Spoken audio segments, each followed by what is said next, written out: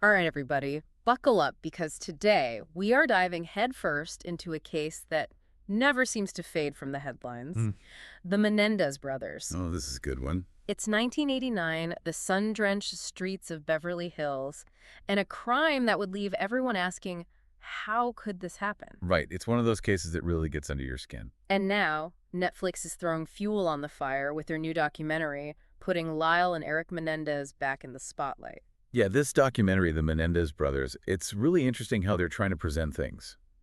Like they're pushing this narrative about reframing the story. And a big part of that is how they're handling the abuse allegations against the brothers' father, Jose. They've got these new interviews with Lyle and Eric, even digging up old family footage. It's like they're trying to paint a very specific picture. It really does feel like they're echoing the defense the brothers used in court all those years ago. That this alleged abuse was what drove them to do it. To commit murder.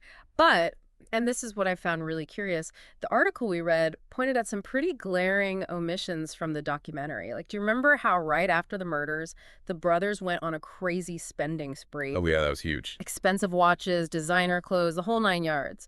And the documentary just kind of glosses over it. Interesting. It does make you think, is it convenient to leave that out?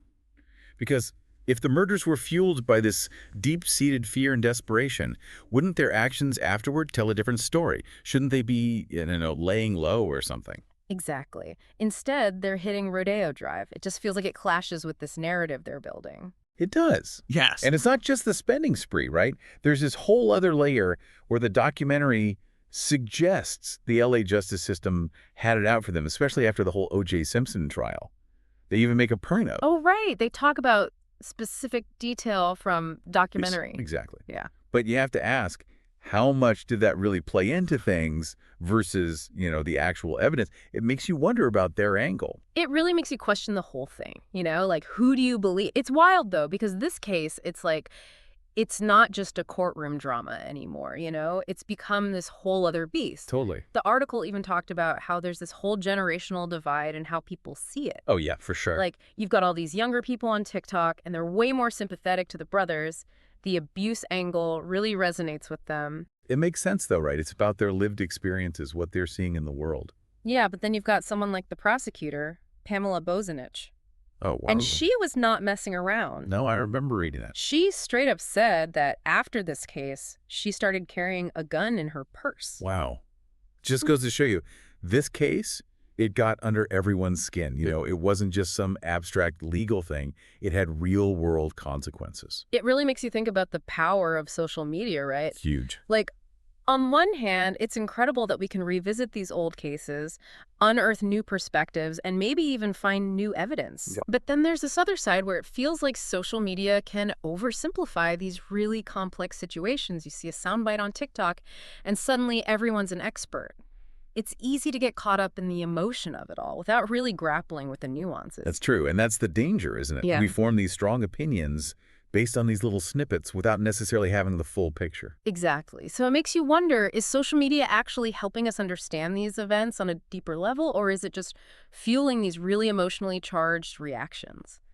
And, speaking of getting caught up in the emotion of it all, the way they end this documentary is really something. Oh, yeah.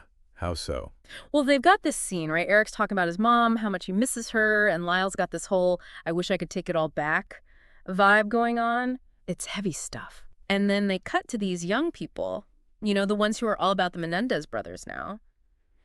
And they're hopeful. Like, maybe there's a chance for them, a chance for things to be different. It's powerful, right? That sense of hope that maybe there's more to the story. Exactly. But it's interesting, isn't it? Because it plays into this whole bigger question of why we're still so captivated by this case. Yeah. After all these years. Why the Menendez brothers? It's true. Is it the brutality of it all?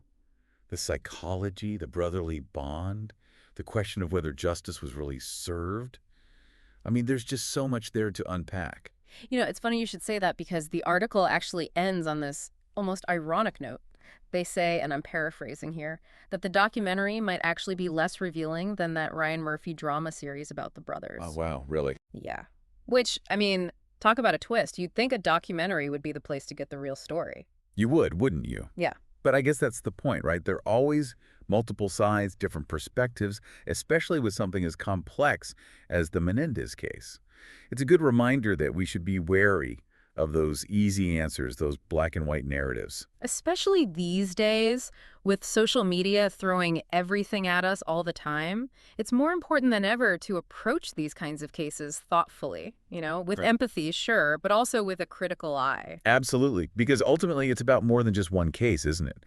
It's about how we engage with these difficult stories, how we grapple with the gray areas, and how we strive for truth and justice, even when it's messy and complicated. Well said. And on that note, I want to thank you all for joining us on this deep dive. Remember, the next time you find yourself scrolling through a true crime case, remember the Menendez brothers. Let their story be a reminder to look beyond the surface, to question the narratives we're presented with, and to approach these complex issues with both empathy and a critical eye. Until next time.